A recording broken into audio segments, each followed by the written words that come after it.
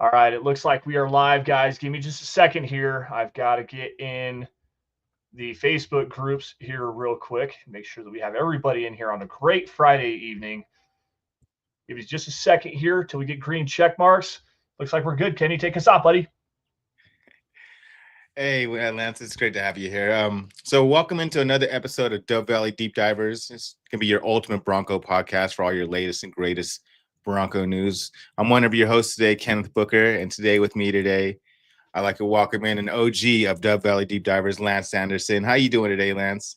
I'm doing good, Kenny. Thanks for having me on my show. Damn it, this is my show, and I'm going to get it back one of these days. Yeah. No, for real. It's always a blast to be able to jump on with any of the shows. I've been jumping in a lot here recently. Tuesday nights, Thursday nights, Saturday. Like, it doesn't matter, man. It's always good to be able to jump on, talk some Broncos football, escape the real world, and just have a little bit of fun, man. So thanks for having me. How are you, dude? I'm doing good. Yeah, the Broncos is turning it around. Like they're turning around their like franchise back into a successful, exciting franchise again. And I'm just excited to be along for the ride.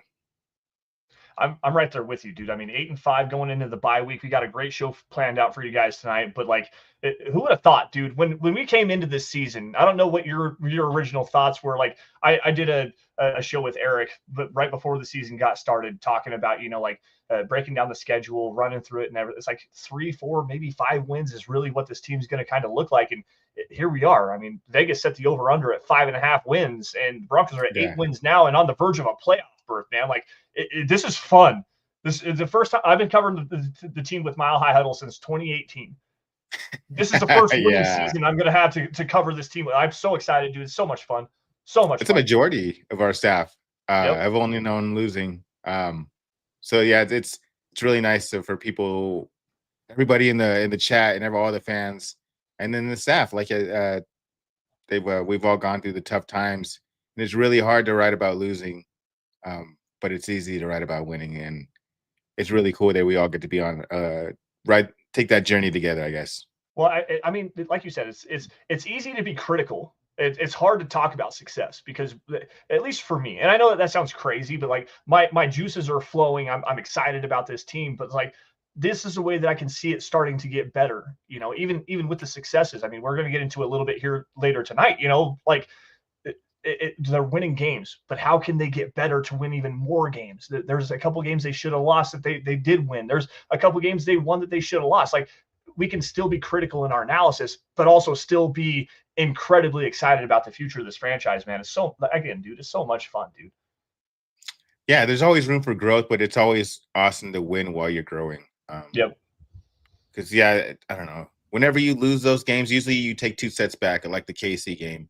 And it showed that we're a team that's like, we've taken that next step to where we don't get completely destroyed psychologically, mentally, that we can't make it. We just dust ourselves off and grind it out. And not only grind it out, but put a beating on the next team. So, yeah, I think the big thing here is Sean Payton, just changing the culture of this franchise and getting them to understand what winning feels like. Like, that's the hardest thing, dude. I was an athlete growing up. I played football, baseball, basketball. Like, understanding how to win a game and what it takes to be a natural winner is something that it's incredibly hard to ingrain in your DNA. And Sean Payton is getting that out of these players right now. It's the culture is shifting. We've got the young quarterback in Bo Nix. The franchise is on the up and up. The defense is playing great. Again, we're on the verge of the playoffs here soon. Like, just the change of what Sean Payton has been able to do after 8 straight losing seasons to get us to where we are now is just incredible. Definitely. It's it's I don't know. I've been a Bronco fan for like a super long time, so I was always we never got the Super Bowl for forever, but we were always relatively pretty good, and we always had we never had to worry about a quarterback. John always, essentially my whole life, he drafted 83. I was born in 81, so I didn't realize how spoiled I was as a football fan to have. Right. It's almost like a Patriots fan. They won more Super Bowls, but any millennial kid only knows winning from the Patriots, and it's really hard for him to deal with it now. And it's been really hard for Broncos country to deal with stretch since 2015, and Yep. I totally get it. Yep. Anyway, Absolutely. before we start the show, let's say hi to a couple people in the chat. We got David Yunkins.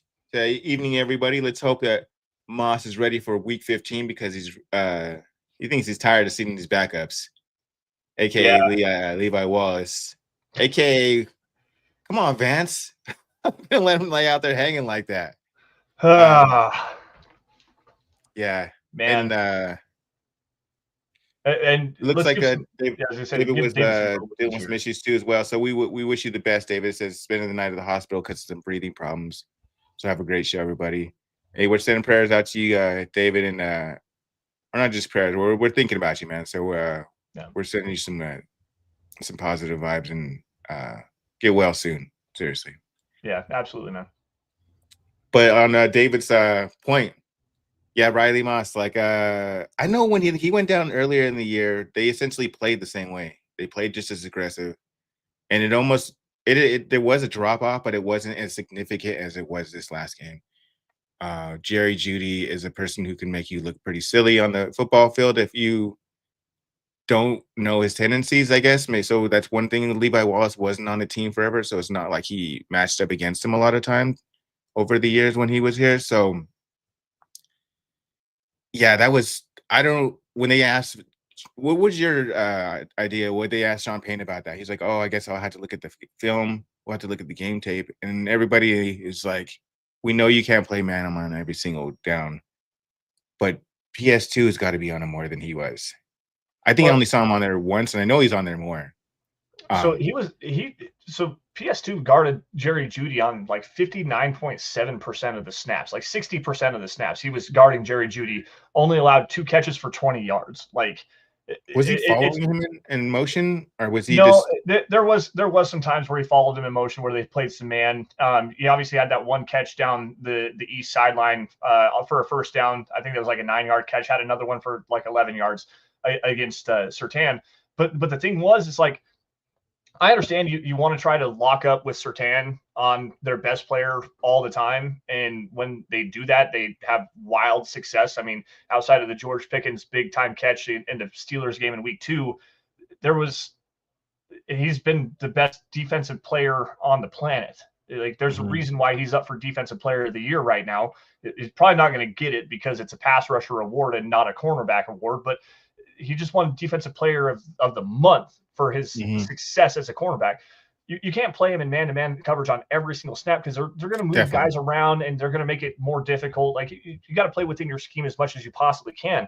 But I still am like, this one didn't make sense to me. Why they didn't try to earlier take Levi Wallace out of the game, put Chris Abrams-Drain in, who had some success, played pretty well, but also just try to find a way to get Surtain on him more often, especially late down the stretch. Because in the third quarter, that long touchdown catch that he had, Levi Wallace completely unexcusable technique in that aspect. Like, did you see him give up when he did that little fall into the end zone thing? Levi Wallace had turned around. Yep. And began like coming back to the sidelines, and then like realized he stopped at one and turned back, and then he fell into the end zone. It's like, dude, you got to run that out. I understand you're not gonna catch him, but you got to run it out. You got to, I don't know. It's like in baseball, whatever.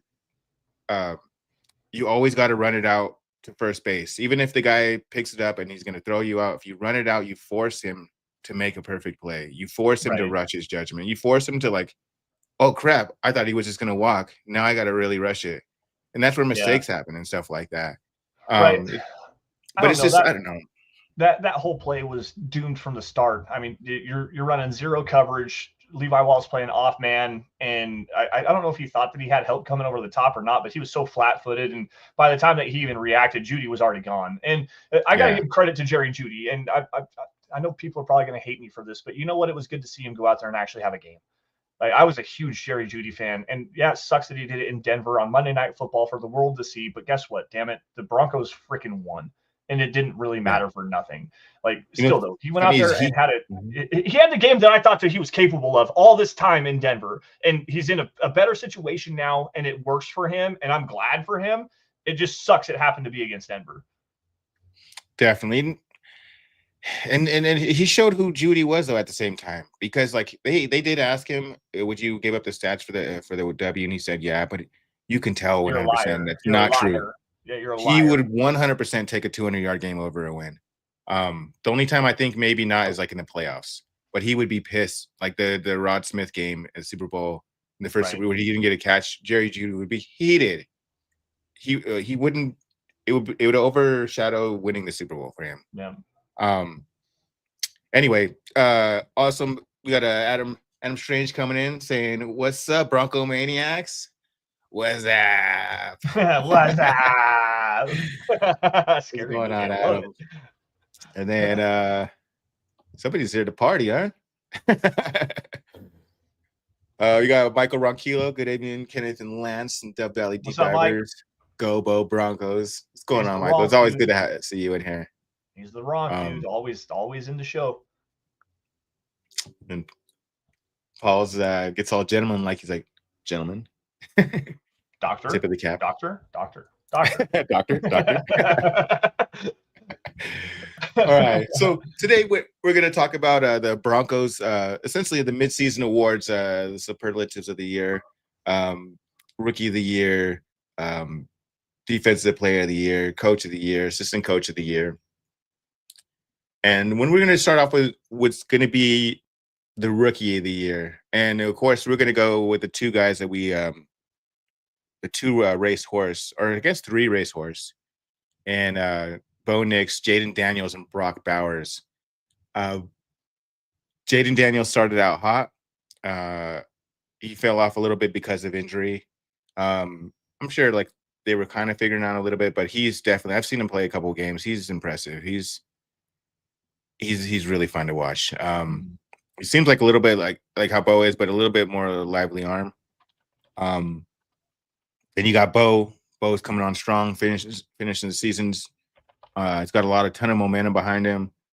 I think he kind of felt himself a little bit in the last game, a little bit too much. I thought he kind of pushed the ball down the field a little too much, too aggressive a little bit. But it was that pass that he threw for the touchdown was beautiful. I know Shelby Harris was saying it should have been intercepted, but whatever. It wasn't. It was a touchdown. So, yeah. And then Brock Bowers, the anomaly to drafting a tight end in the first round, because he is 100% worth his draft slot, and that's not usually the case when it comes to tight ends. So what are your ideas on the rookie of the year, Lance? Well, quite honestly, if Brock Bowers wins the award, I think that it's because he's setting records, and quite honestly, he's going to have the best rookie tight end season ever. I mean, Mike Ditka's record. Was it Kyle Pitts a couple of years ago that had a huge season as well, or was it Sam Laporta a couple of years ago? Hi, Pearl. It's good to see Pearl in the house here as well. So hello, Pearl. It's good to see you as well. Hi, Pearl. But that's this award, much like all of these awards, MVP anymore, offensive player of the year, they're typically going to go to the quarterbacks. And honestly, to me, I think Jayden Daniels is probably going to win the award just based on his start to the season. Mm-hmm. It's so red hot. And obviously he missed that game with the rib injury. But if you look at the stats side by side season long right now, I mean, let's run it through it really fast. I haven't pulled up side by side. Jayden Daniels, 69.6 completion percentage. Bo Nix, 63.8. Jayden Daniels has 2,819 passing yards. Bo Nix actually eclipses that, 2,842.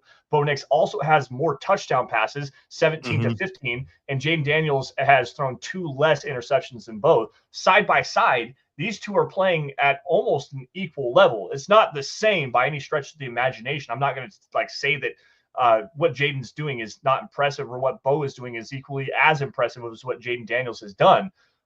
But when you put the body of work in together as a whole, man, Bo Nix is standing up there as probably the best rookie quarterback in the class. He has a very, very good shot to win the offensive rookie of the year this year. And unless the Broncos fall off over the next couple of weeks, or Jayden Daniels just continues to explode, I think Denver has the rookie of the year this year in Bo Nix.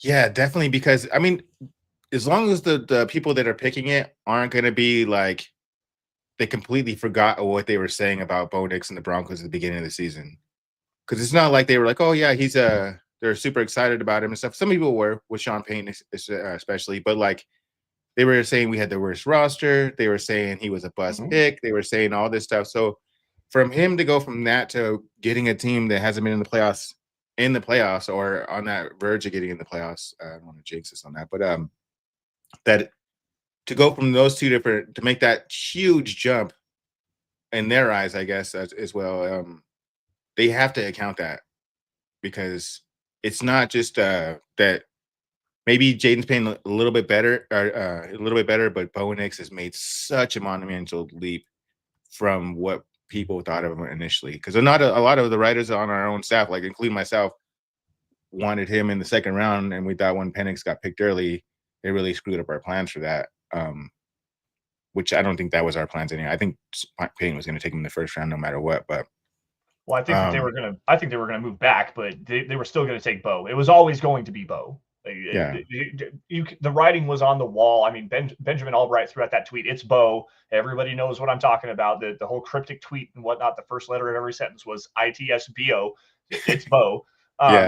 We all knew that. But I think the one thing that's going to separate these two in this conversation is Jaden started out super hot, and then he got that rib injury, the oblique injury, whatever it was.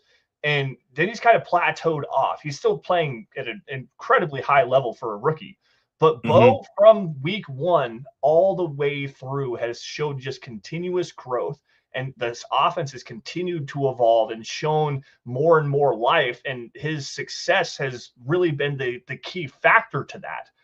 And I think that that's like the unspoken, I don't want to call it a rule, but the unspoken word around this whole conversation is Bo just continues to get better and better and better every week. Jaden Daniels started out hot, and he's just kind of the same guy. So I think that the improvement is a factor that we need to speak more into existence here when we talk about this discussion. Yeah, the really cool thing is I was going to say something. I kind of got spun off and kind of lost my train of thought. Anyway, Bo Nix just getting better as a team or as a season goes on is definitely like a really good advantage for him to where it's going to close that gap. And it's all about how you finish the season as well. So I don't know what Washington's situation is on the playoffs. I know they are in the playoff hunt and they're pretty well. Are they leading the NFL or NFC East? No, that's the Eagles still, but they're in a playoff spot. I think they have the same record as the Broncos, to tell you the truth. Wow. Too bad they don't play each other. I'll look that up. Hold on. You know what's funny is I saw, that's what it was. I saw on Twitter, I forgot who was doing the rankings, but they had like Jaden Daniels is like the 4th ranked quarterback and Bo Nix was like the 20th. Yeah, that's the Ringer doing their nonsense. And yes, the by the way, the Commanders do have the same record as the Broncos at 8-5. Okay. So I mean, you can't even say that like Jaden Daniels is, well, I don't know. That's hard because Jaden Daniels did lead that team early on to a lot of victories with his play at the quarterback position. And like Bo's coming around, the defense is really kind of carrying him. Like there's so many different nuances and angles you can try to pop this balloon with. It's really hard to pinpoint the whole conversation down. But I think the big thing here is the fact that we're having this conversation in week 13 going into the week 14 bye, when comparatively speaking to 5 weeks ago, it was Jaden Daniels or nobody. Yeah, like Bo's making it a race, and that's something to be excited about for Broncos country. It's almost like that the Heisman race. It just depends on what you value in the player. Yep. If you value versatility or if you value a bell cow running back. Travis Hunter wins. I got Travis Hunter, but I wouldn't be mad if they picked GNT, but I just have Travis Hunter, and I'd rather have I don't know. Both of them are amazing players. Absolutely. I like how he's so silly too, Travis Hunter. Have you ever? I posted some video where it's like this is the nation's best player, and it shows him, and he's like doing like TikTok dances, like in a unicorn onesie and he has all these different animals, whatever. He's just a silly dude, whatever. So is he a unicorn or is he an alien? Because he's damn sure not human. Like we can all agree on that. Well, people don't ever account, like they say he plays all the downs, right? They don't account that he plays them at altitude. And He's the to play best all those downs cornerback at in football, L2. and so he's the best cornerback in the nation right now. It's arguably at least the second best, if not the best wide receiver, and he's doing it every single snap. Forget the altitude part. He's doing something we haven't seen since Paul freaking Hornung. They named an award after the guy. The Paul Hornung. I don't want to make this all about that, but still, like, award. Travis Hunter, what he's able to do is just incredible, man. He doesn't wear down towards the end of the games. Right. I'm going to say this right now, and let's move on here. I'm going to make a hot statement here. My bad, guys, for taking over with the Travis Hunter. It's all good. It's all good. Travis Hunter might be the best singular college football player I've ever watched, ever. And I mean that because of what he is able to do offensively and defensively. I've never seen anything like that. Nobody ever will ever again. He will be forever ranked the highest prospect I've ever ranked in my entire life after I get done. I guarantee it. And that's not a bias. I'm not a Colorado fan. I'm from Wyoming. Yeah. I'm a Travis Hunter fan. And yeah, there's some bias there. This dude is incredible. I don't know. It's the way. So I see him. My last take on him. He's the most fluid cornerback I've ever seen. Yes. The way he moves around, it's so natural. There's no. It's just like skills. It's like a feather. I don't know, like blowing in and he's covering his guy, but he's also watching the rest of the field, and he's consistently pulling off of his guy to break up other passes on other people's receivers or picking them off. And then on offense, I feel like he's just an extreme athlete playing offense, and he's leaning on his defensive back skills to know people's tendencies and how to like use his leverage on certain routes and stuff like that. But he's just essentially an athlete still. He's a very raw receiver who can still, just because he's still athletic, it doesn't matter how raw he is. He's going to score touchdowns no matter what. Yep. Okay. All right. Let's get to that Defensive Player of the Year award here. So I have three people. Of course, Patrick Surtain, Defensive Player of the Month, best player on the team. There's no questions about that at all. Nick Bonitto having an amazing season. He's I guess him and one other person are the closest ones behind PS2. But Nick Bonitto is on pace to get 17, 18 sacks. So hopefully he can get up there and get in that Defense of the Year, Defensive Player of the Year conversation. And then our final guy is Zach Allen. Is like the glue guy. He just does everything. You have the game plan for him because he can just wreck a game like I don't know, like a JJ Watt or a Dominican Sue when he's really on. And I think I saw a stat where he has 3.5 sacks when double teamed. Yep. So yeah, the advanced analytics with Zach Allen are just incredible, man. There at one point he was leading all defensive linemen, edge rushers included, in total quarterback pressures like early in the season. It's just been at a torrid pace, and quite honestly, if it weren't for Bonitto and what he's able to do, and quite honestly, Zach Allen helps Bonitto a lot, pulling off extra blockers and trying to keep guys, keep getting guys like Bonitto, Jonathan Cooper, those one-on-ones on the outside, which is where we're seeing probably the biggest growth from Nick Bonitto in terms of him as a player. But it's Surtain, man. And I know that this is a pass rusher award. I kind of said that just a couple of minutes ago. Like TJ Watt and what he's able to do, Micah Parsons having a good season, Myles Garrett, like those guys, they're always going to be in the top here. But Pat Surtain, man, that guy is just flipping incredible. He is man coverage, off zone coverage, press coverage, tackling. Like he's taken his game to an incredibly different level. I don't think it's even close. And I'm not trying to be hyperbolic here because we're Broncos fans talking about a Broncos player. Pat Surtain is without question the best cornerback in the NFL this season. And if I pull up all the stats, give me a second here, I'll do that. But I mean, in the month of September, I think he allowed like 9 total, or the month of November, he allowed like 9 total catches on 140 coverage snaps. Like it's just insane. Absolutely insane how he's playing football right now. And he should be the Defensive Player of the Year. Yeah, it reminds me of those Champ Bailey days where like Champ Bailey, sometimes he would give up some catches here and there, but they were always tackled immediately. They were never big plays. They averaged anywhere from 5 to 9 yards. And that was their bend but don't break situation with those two, which I don't even know if that's even bending. because you're only giving up like 40 yards a game or 30 yards a game. And then we're talking about Bo Nix earlier. Adam brings up a point. How we all get in the beginning during the draft. We always want that. We fall in love with that one player, and we're willing to mortgage the entire team for him. And he says he remembers wanting to mortgage the next 4 years to get Caleb. Caleb's starting to pull up, get a little bit better. He had a little rocky start to the season. He's got the guys around him, minus the coach. But did you freeze up there, Lance?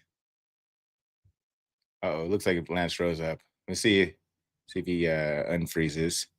We'll see. We got some other questions right.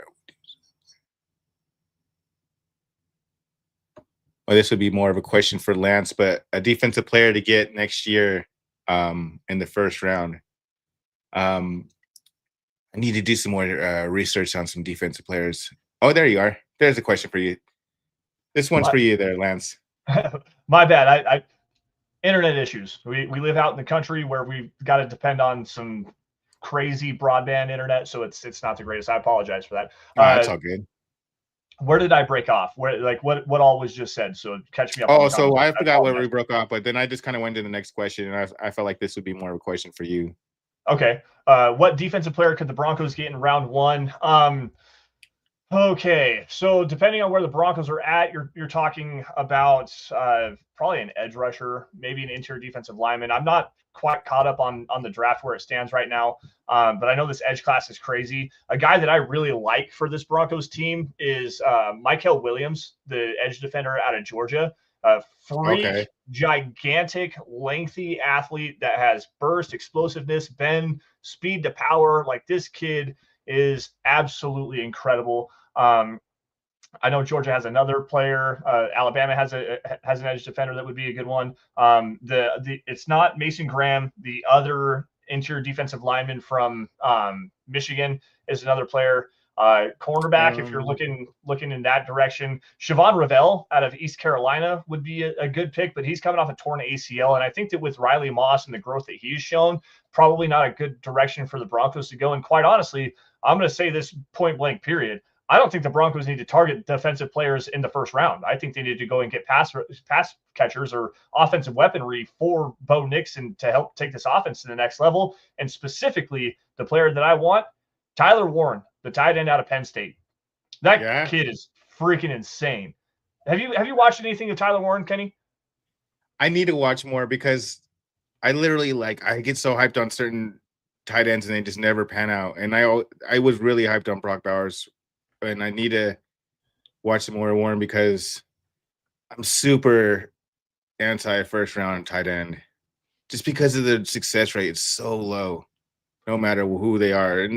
And that's why I need to watch him, because when I watched Brock Bowers, when I first saw him randomly, he just jumped out. Yep. And so from the way people talk about him, that's what they seems like he's the same way. So I really need to. Yeah. Next time we're on, we'll have to rehash that out because I need to. There's two tight ends that are possibly going to be first round players. It's Tyler Warren from Penn State and Colston Loveland from Michigan. And Warren he looks like Heath Miller, but runs like Brock Bowers. He's incredibly athletic. He can line up in line as a blocker. Very versatile. They split him out wide if they need to. Great hands, great route runner, good athlete. And the one thing, I go back to the versatility, Penn State early in the season actually ran a play where they offset the entire offensive line, had Tyler Warren on the end of the line of scrimmage and snapped the football, and then ran down the field and caught a touchdown pass on the same play. We're talking a one-of-one type of player right now. Am I calling him Brock Bowers? No, I'm not. Like I said, he's more athletic. Heath Miller, I think, is probably the best way to put him. Okay, I remember Heath Miller though. Maybe diet Jimmy Graham. It would be and put him in that role in this offense. Absolutely, okay. I'm here for that life. Yeah. Wow. Yeah, I don't know, man. I started. This isn't a defensive player. I heard Nick talking about this gentleman. He's Malachi Starks from Georgia, the safety. Yeah. Yep. The safety. Yep. I think he's going to go higher than that. Versatile dude. Can play down in the box. A lot of range. Very physical player. Good tackler. Kind of a do-it-all Swiss Army knife of a player. reminds me a little bit of Brian Branch, but just bigger, I guess, is probably the best way to describe him. So that I would be interested in that. But I still think though that you've got to find some playmakers for Bo Nix. And Pearl jumps in. She said, "I agree, Lance, but we really need a top center." I could see the Broncos going in that direction too, but that'd be more like a second or third round, right? You could find a center the second, third, fourth round if you wanted to. I don't know. Like I said, guys, I'm way behind in my draft prep with this new job that I have. I don't get a chance to watch a lot of these guys, but with what the Broncos have right now, outside of Garrett Bowles, who I think the Broncos should extend 100%, they need to extend him and keep him around. This offensive line's all under contract. You've got Ben Powers, Luke Wattenberg, who's playing really good football right now. You've got Quinn Miners, one of the best right guards in the league. McGlinchey has a renaissance season this year, playing really good football. They're all under contract for at least the next 2 years. Yeah. Let's keep the continuity alive here. Get Bulls back into it. Keep Bo behind an offensive line that's kept him comfortable all season long, and find some pass catchers for this guy and take this offense to new heights. You need weapons, dude. You know what's funny? It's like I'm looking at this mock draft, and it has this is Sporting News. I can't remember what website this is, but they said they have Tyler Warren mocked the Kansas City Chiefs. No, dude, no. Oh my God. What if they had both of those guys? That'd be horrible. That's good like the Patriots when they had Gronk and the other guy. Gronk and Aaron Hernandez. Yeah, that'd be filthy, dude. Well, at least Travis Kelce's like 95 years old, so here's your replacement for him, apparently. And stop giving the Chiefs weapons in the draft. Like make them do something dumb and give them like another linebacker or something like that. It always happens. Like the Ravens getting Kyle Hamilton. He was supposed to go like 10 picks before. Yep. They get Kyle Hamilton, David Ojabo, Travis Jones, like all in the same drafts. Like, why did the Ravens get all of the players that are just perfect Ravens fits? Every single one of them. So Michael Ronquillo wants more offensive weapons. What do you think about that receiver out of Arizona? Or would you like him? Was it McMillan? Is that how you say his name? Yeah, Teteroa McMillan. He's going to be a top 10 pick. Like McMillan or Burden? Yeah. So Luther Burden is the kid out of Missouri. I like the fit for what he brings to the Broncos in terms of what Sean Payton has been doing with a lot of the crossing routes. So guys, spoiler alert. I guess not spoiler. It's been up for a couple days now. I wrote an article on Courtland Sutton talking about his productivity over the last 6 weeks. To me, he's the offensive player of the year for the Broncos, and I know that Bo is a thing, but Courtland Sutton's been fantastic. The crossing routes and the run after catch ability of a guy like Luther Burden in this offense, like in that Brandon Cooks kind of a role, would be just fantastic. I'm not necessarily a huge fan of Luther Burden, but I like the skill set that he brings. So it makes a lot of sense for him. I don't like, you see a lot of mocks like with like Isaiah Bond, that wide receiver out of Texas. You've already got two of those guys in Troy Franklin and Marvin Mims. Like, you don't need him. Okay. Burden would make more sense. And I think that quite honestly, if a tight end or a running back, Ashton Genty, all day here. Quinshaw Judkins out of Ohio State, all day. Give me that guy. Like, what's his name? Quintel what? Quinshaw Judkins. That sounds like the Keen Peele sketch. He's right, yeah. Quinshaw Judkins, Ohio State. It's like, he's a baller, dude. Like I think he's a senior this year. He's Travis Etienne kind of. So I've seen a lot of comparisons of him to like Joe Mixon or Kareem Hunt, like that kind of a player. In and out of the backfield, good pass protector, good pass catcher out of the backfield. Like this dude's legit. He's a guy, and you can move on from Javonte Williams if you wanted to in that way. So look at Patrick says aloha. Patrick, it's great lady talking about a winning team. Heck yeah. And aloha, what island, huh? Are you out in Hawaii? Yep. I've been there twice. It took me forever. It took me until I was 40 to get there. But I've been to Oahu. We stayed in Pearl City, and then the Big Island in Kona. Big Island's really cool. If you ever want to go and you want it more peaceful, the Big Island or Maui or what's the other one? There's another one I forgot. It's like right next to Maui. But if you want like more Americanized, then go to Oahu and Waikiki. Have you ever been to Hawaii? No, I've never been to Hawaii. It's really not that expensive if getting out there if you give yourself a decent amount of time to budget for it. Right. I've always wanted to do a whole bunch of traveling. It just never worked out for me. I think so. I've been to Nashville, Salt Lake Oh, wow. City. I've never been outside of the continental 48, and I've barely even traveled much outside of the like the surrounding area of Wyoming, like the states around there. I got a lot of family in Montana, family down in Denver. So Oh, what he's about you, near Pearl City. You should go, dude. It's a beautiful place. I like the Big Island because it's so chill. It's so relaxed and it's huge. right? I don't know. Nobody's in a hurry. Right. It's not like they're being like they're get out of my way or in a hurry. It's like, dude, just enjoy life, bro. You only get one life. Yeah, absolutely, dude. Before we get out of here, I gotta say, Patrick, dude, I need some coffee. I'm tired, buddy. Oh, does he send you coffee? It's his way of showing support. Like Patrick does That's a good what's up. job. I need some coffee, dude. My wife's tired. I'm tired. I need some coffee, buddy. It's That's good to what I was see you, looking dude. Like for. I'm so excited to be here. You guys have no idea. Like this is so much fun. Oh, we got Phil sent some stars. Hold on. We gotta grab this really fast. Let me Oh, I find didn't see Phil's that on the comment. top. Sorry about that, Phil. It's all good. I gotta find the comment. Phil, send it again. Send your comment again. Oh wait, here I found it. Phil jumps in. Phil McLaughlin, our good buddy, throwing stars around like he always does. Apologies. We don't have Scott tonight, so it's just us. So just bear with us. Thanks for letting us know you threw some stars. We got to give you some love. Thanks, saying Phil. good evening, Lance and Ken. Great to see Singleton nominated for Walter Payton Man of the Year. Hashtag Buckham. Hashtag MHH for life. Hashtag Broncos for life. Dude, did you see this? Did you see the video that they did for that? That was cool, man. What did he do to get nominated for it? That's what I want to.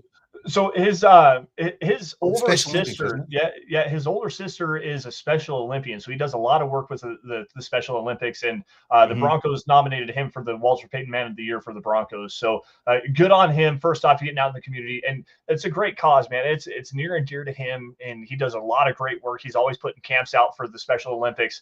Been involved in that not only here but in Philadelphia and across the United States. Like he always is working with the Special Olympians. So kudos to him and congratulations. Like this is a great honor, and hopefully he can actually get up there and wear that Walter Payton Man of the Year patch on his chest like they all do. So like, yeah, good for him, man. Yeah, talk about an overachiever. Like this guy he just works his butt off on the football field, off the football field. He maximizes everything he has in life to follow his dream and to help other people out. So that's really cool of him. I mean, it was exciting to get when he first joined the team. I remember he had 100 tackles the season before, and we're like, this guy's gonna be our special teams guy. Like, I wonder why he's not starting. And then injuries happened. He became a fan favorite. He definitely has a couple of things that he lacks in whatever, like coverage wise, but I really enjoy him on our team, and I really I enjoy the way he plays, and it's awesome what he's doing off the football field too. Well, talk about the quintessential glue guy, like a guy that's just going to go out there and put his nose to the grindstone. And yeah, he's a see ball, chase ball linebacker, misses some tackles, but consistently around the football, like that's what you want to see. Like he's a damn good football player. And no, Paul Schaefer, he does not need a haircut. He does not need a haircut. Those locks flowing around behind his head, watching him go around and make tackles. That dude looks awesome out there. Maybe it's because he had that Dulcich haircut. That's why he got hurt. That Weird Al haircut. Freak ACL tear. Man, let's leave the guy alone for a little bit. But Yeah. congratulations. Yeah, have a speedy recovery, man. And thank you for helping absolutely. out the community. It's really awesome. So there was a couple other awards. So yeah, MVP. So how do you want to go about this? I sent you some stuff that I thought would be fun. We got assistant coach of the year here too. We can talk about that. But let's bounce this back and forth, dude. Like I think that's gonna be fun. Yeah. So the assistant playoff coach of the year, of course, the main guy is gonna be Vance Joseph. How he's turned this defense into a sack machine, leading the league in sacks. Highly, just the high rate of blitzes that he uses. We had a hiccup in the last game with Riley Moss out, and how to adjust our defense to that. was really confusing. Like we were talking about earlier, we know that I guess I didn't know. She really can't play man with him the entire game, and that PS2 was on him for a substantial amount.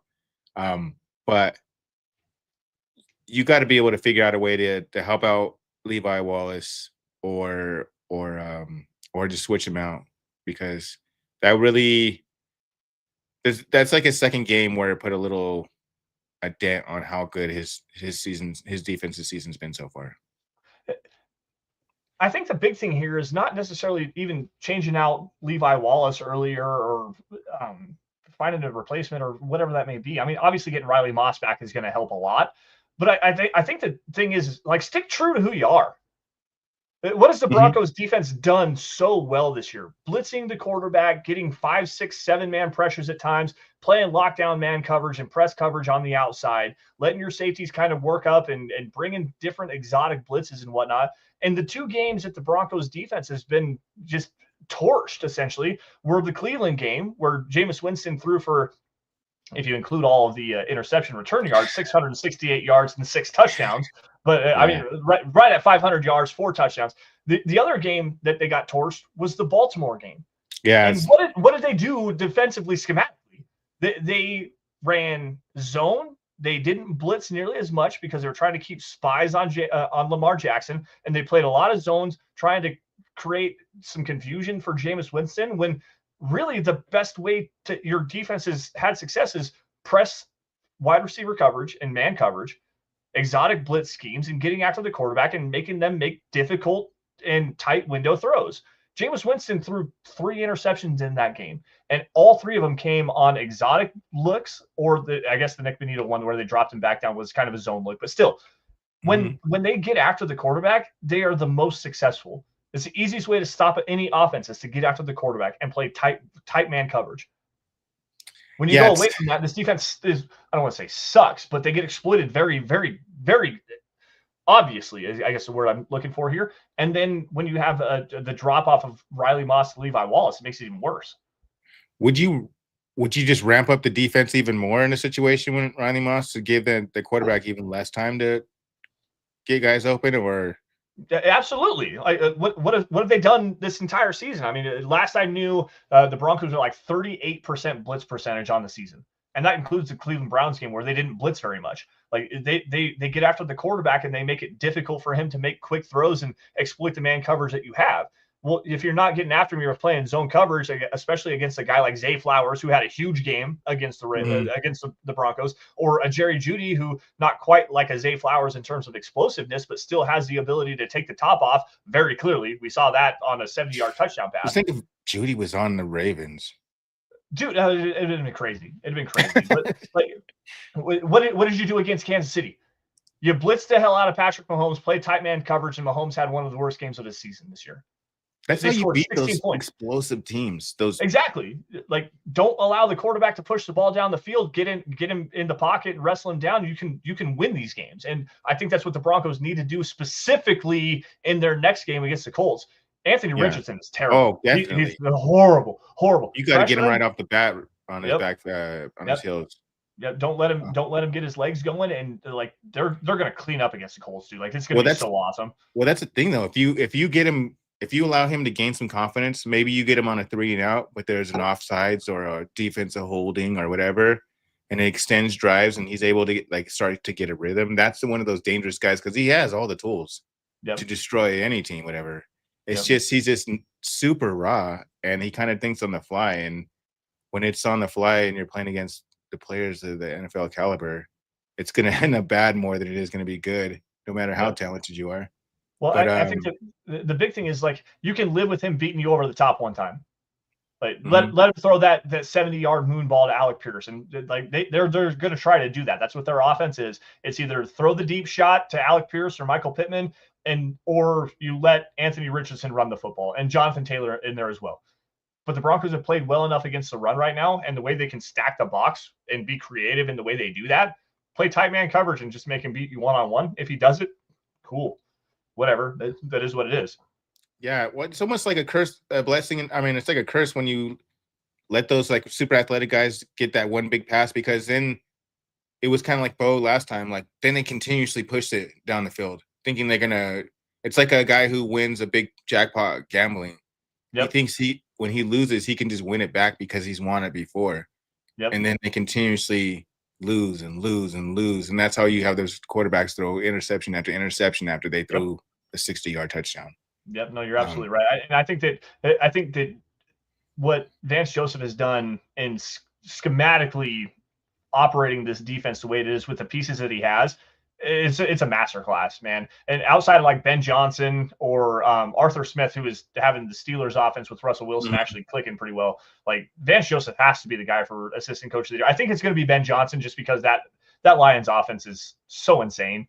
It's amazing what they're able to do. But so he's probably going to win the assistant coach of the year. But Vance Joseph has to be right up there in that conversation for sure, 100%. Him and Brian Flores too. Jared Goff needs to be in the MVP. It's Josh Allen, dude. Josh Allen, what he's able to do is just freaking insane, man. And I'm going to be the Wyoming honk here, a Wyoming Cowboys fan. What Josh Allen is doing right now is stupid. What's insane with the Jared Goff is he essentially was a throw-in on that trade when they got. Talk about a trade that actually worked out for both sides too. Yeah, it did. Yeah, one got a Super Bowl, the other one's like on their way to maybe their first Super Bowl ever. So, yep. Good luck to them. Unless they play us, and screw them. It looks like Austin Gentry is playing right now in the Mountain West Championship. It's pretty neat. Yeah, as soon as I'm done with this, I'm gonna go turn that football game on because I like watching this kid run, man. He's fun. So who's a rookie of the Broncos team that's not Bo Nix, do you think? The rookie of the year on the Broncos that's not Bo Nix. It's hard because Bo is really the only one that's playing. Or not like rookie of the year, like league wise, but like on the team.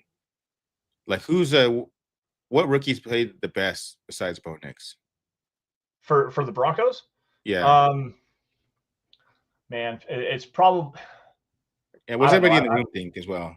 There it is. It's absolutely this one. Paul Schaefer pulls it in. It's DeVaughn Vele, and to me, it goes back to an even deeper conversation. We can talk about the Lions here too. Like Tim Patrick being released, when what he showed over the course of training camp, the offseason, him coming back from a torn ACL, torn Achilles, and back-to-back years, like what DeVaughn Vele has essentially become that Tim Patrick replacement. And outside of the time where he missed with some injury in there, this dude's special, man. I think he's going to be a long-term stick-around option for this Broncos team, man. Like he's fun to watch too. Super reliable. Holy cow. And Bo loves him too because he gets a ton of targets. It's never like 2 targets. It's like 6, 7, 8, 9. So in the last 6 weeks, so in this piece that I did with Cortland Sutton, I focused specifically on the 6 games after the New Orleans Saints game where Sutton wasn't targeted at all. Sutton is second in the NFL in targets, third in targets, second in catches, second in yards in that time frame. DeVaughn Vele. So Cortland Sutton has 42 targets in that time. I think DeVaughn Vele has 28. Is tied with, I think, it might be a little Jordan Humphrey, but regardless, like Vele gets a lot of targets and he's playing at a ridiculously high level. What about on the defensive side? It was Jonah Ellis? Yeah, it's Jonah Ellis. Jonah Ellis was it 3 sacks or 4 sacks? 5 now, I think is what he's okay. He's tied with John Franklin Myers and Zach Allen with 5 sacks, I do believe. So that's what's up, man.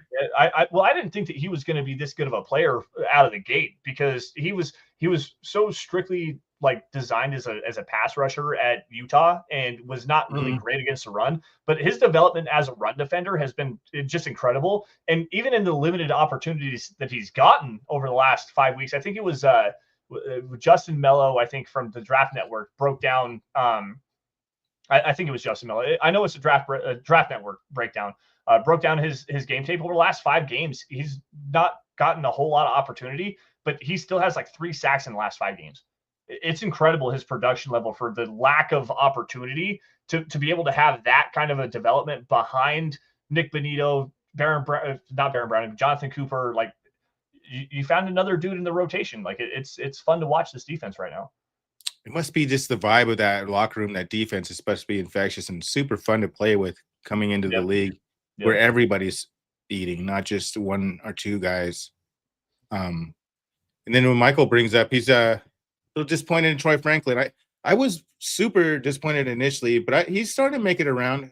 He's not he hasn't been the bomb guy yet, like the ADR guy, but he's in the intermediate game, he's starting to make some decent catches, um, and get his fun. He's starting to get his confidence, and that's like a real big thing.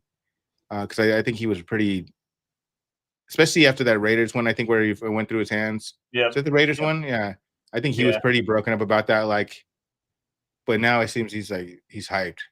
Well, Hyped Franklin is a good Franklin to me. Well, it's kind of crazy, like when you think about it, you go back to Troy Franklin and Bo Nix at Oregon, they had this uncanny connection to where like Bo Nix kind of threw it to an area and Troy Franklin would go up and get it. It hasn't panned out this way. Like so the Raiders game where it went through his hand, I think it was Raiders game, might have been the Chargers game. Anyways, so that one that goes through his hands would have been a touchdown. Had another one that was just overthrown a little bit. But even in the last couple of weeks, the Browns game, Bo threw a couple of deep shots to Troy Franklin, and they weren't even close. Like the one was way overthrown. Another one with Troy Franklin. I don't know if he lost it in the lights or just kind of ran the wrong angle to it. They can't seem to find that connection again. It's frustrating, but I like the fact that they're still putting him in there in those situations and allowing them to try to build that chemistry. And honestly, I'm more excited about Troy Franklin for next year than I was for this year. Oh, Pearl might be thinking different. He said he might not make the team next year. I think he's for Troy Franklin. Yeah, I think is that what you're talking about, Pearl? I think that's what she was talking about. I think she was talking with Michael. If you weren't, I apologize for misrepresenting your quote, but I thought the way he started off, he wasn't going to get cut, but he was borderline like, do we got to cut this guy? Like, even though they used draft capital for him, and then he had a couple of missed catches, and then he started getting his confidence, and now he's doing a little. He's starting to get his feet underneath him, and it's all about what for him. I think it's all about the offseason. Is he going to just grind in the offseason so he comes back even better next year? Or is he going to just relax and then essentially have to start all the way over again and hope that he doesn't get cut? Because if you have a couple bad weeks in training camp and you do a no-show in the preseason, you could be gone. So, yeah. Well, I think that's something that you're starting to see a little bit. And going back to the Bo Nix and the connection that he has with Troy Franklin, something that was and this is true too here, Pearl. It has a lot of drops. Definitely. I don't have the numbers pulled up, but it's significant. There's some issues there. But I think that the one thing that's kind of a redeeming quality that's starting to get him a little bit more run here lately is his ability to run after the catch. Like you had the screenplay against the Browns. Set him up inside the 5-yard line. I think it was at like the 3-yard line. They ended up scoring a touchdown. Oh yeah, because he almost got a touchdown this last game. Yeah. I think that was the Javonte touchdown on the second drive where they ran Javonte 3 times at the goal line.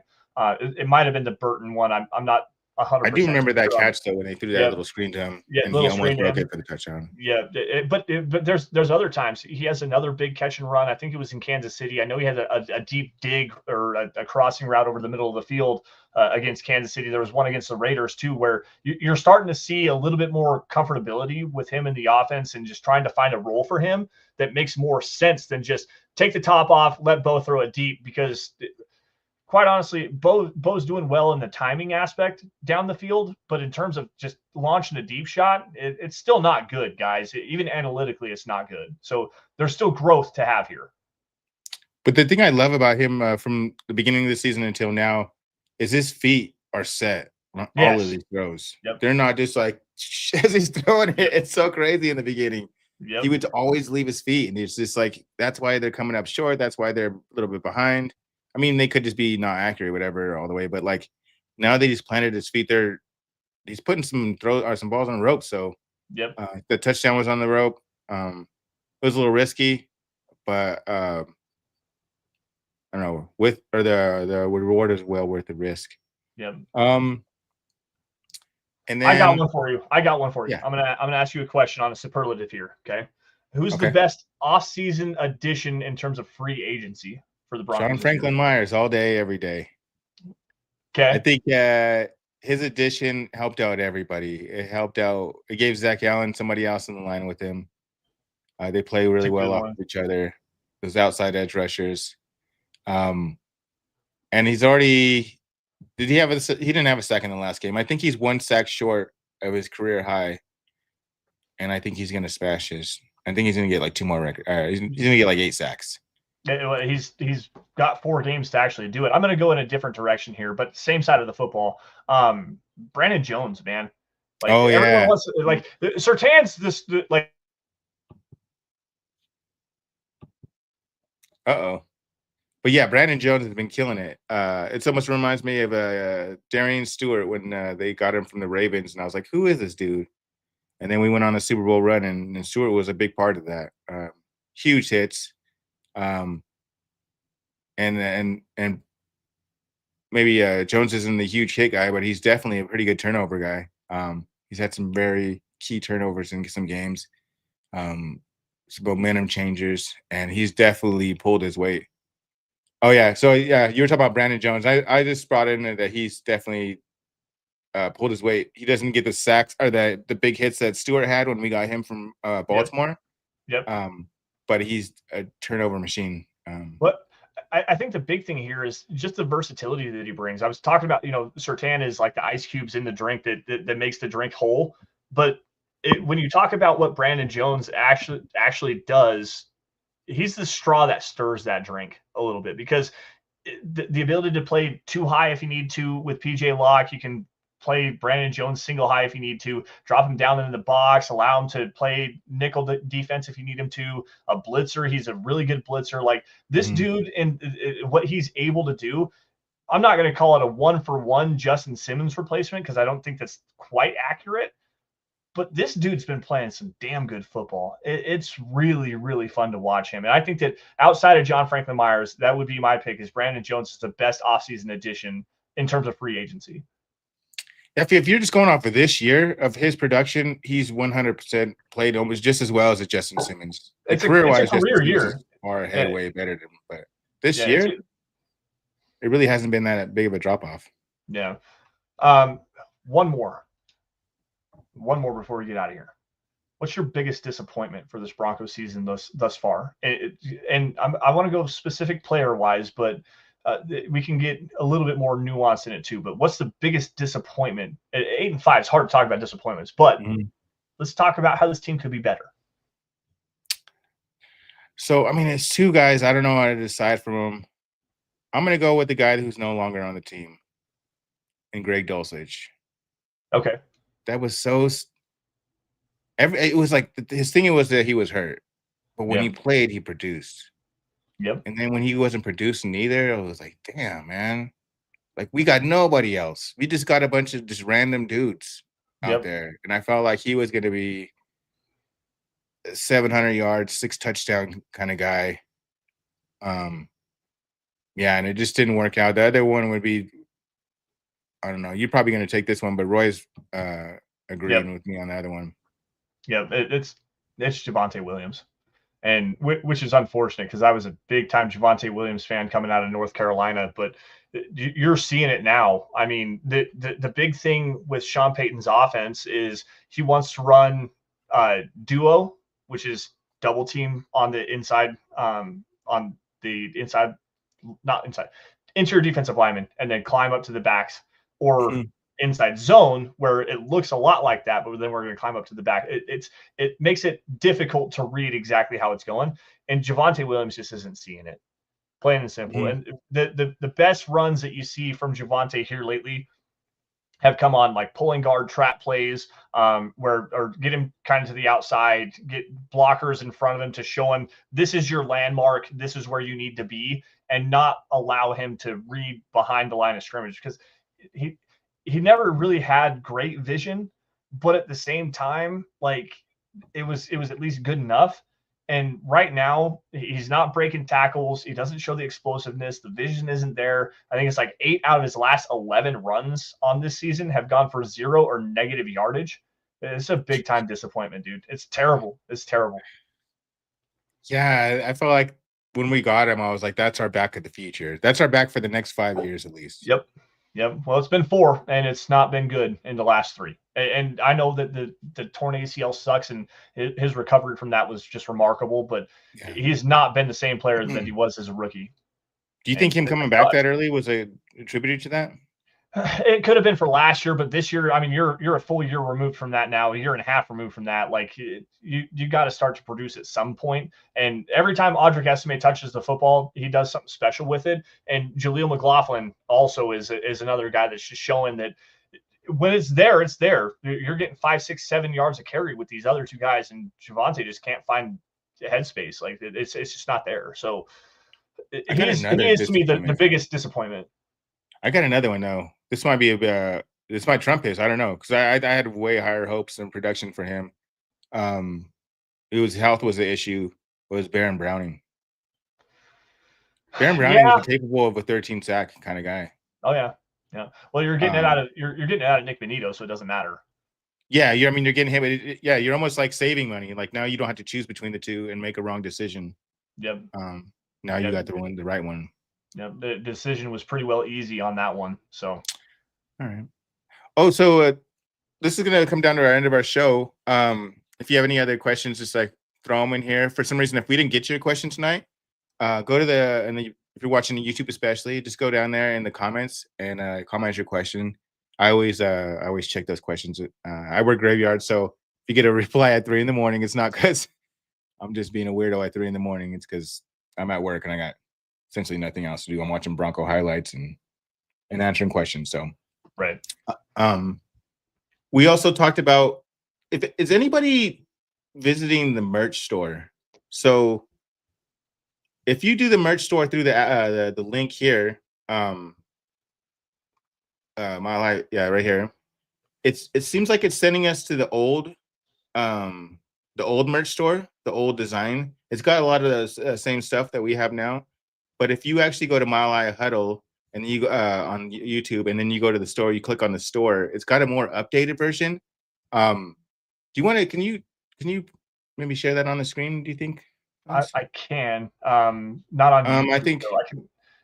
Regardless, I think the big point here is, guys, like there's a lot of cool options on the store on the YouTube page. So go to youtube.com/Mile High Huddle and click on the merch link if you want. There's different hats, different jerseys, not jerseys, hoodies, t-shirts, a whole bunch of different stuff on there. And for some reason, I'm not sure why it's not on mhhmerch.com, but it is on the YouTube page. We're gonna get at chat on this one too. We noticed this before we went live today.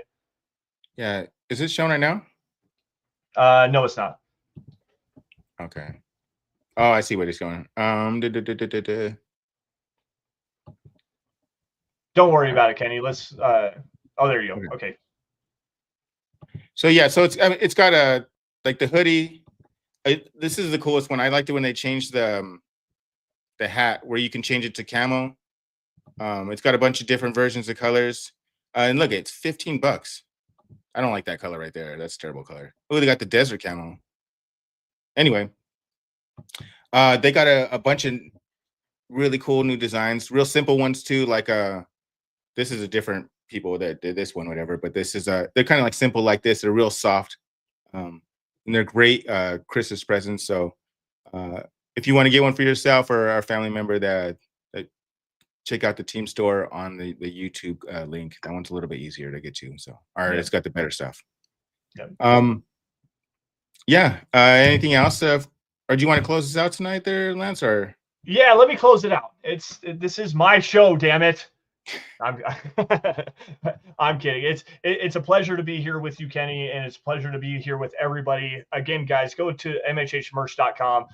Find yourself a hat, a t-shirt, anything that suits your fancy. If you guys are on Facebook, please follow us on facebook.com/Mile High Huddle Pod. Also on Twitter, you guys can follow me by finding me at LanceS_MHH. For Kenny at Kenneth_MHH. Also, while you're at it, guys, the mother account at Mile High Huddle, where you guys get breaking news and analysis regarding your Denver Broncos. There's film breakdowns, opinion articles, a whole bunch of different stuff there. You'd never be without information. You can always join in the conversation there as well.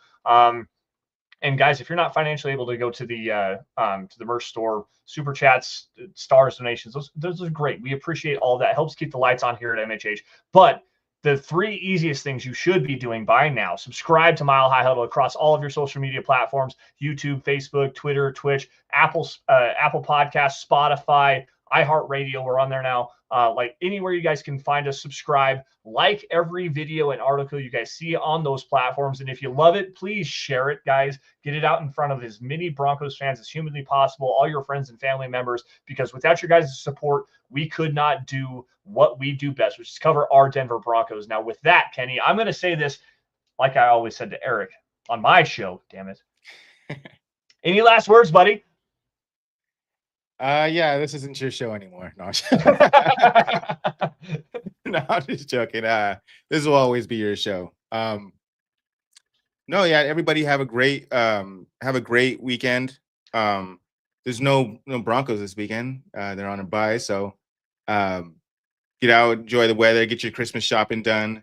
Don't wait too long. You don't want to be that dad or mom who's like, your present will be here on the 29th. Because it easily doesn't fly over with kids. But yeah, have a safe weekend. Stay warm and have a great holidays. Yeah, like Kenny said, be safe out there. Take care. We enjoy and love every single one of you guys. Appreciate all of your guys' support. For Kenny Booker, I am Lance Sanderson. We will see you guys. One more thing. Also, like I said, comment in the comments below on YouTube if you have any questions that we didn't get to. I'll be happy to answer all of those. Sorry about that. We'll both get after it. Especially if I'm on my show, I'm gonna have to answer all. Hey, come and answer them with us. I mean, that's how you can be part of the show again. There, Lance is. Yep. Let's. Because we love having you here. Yeah, I love being here, guys. So with that, you all stay safe, take care, have a great rest of your weekend, and as always, go Broncos.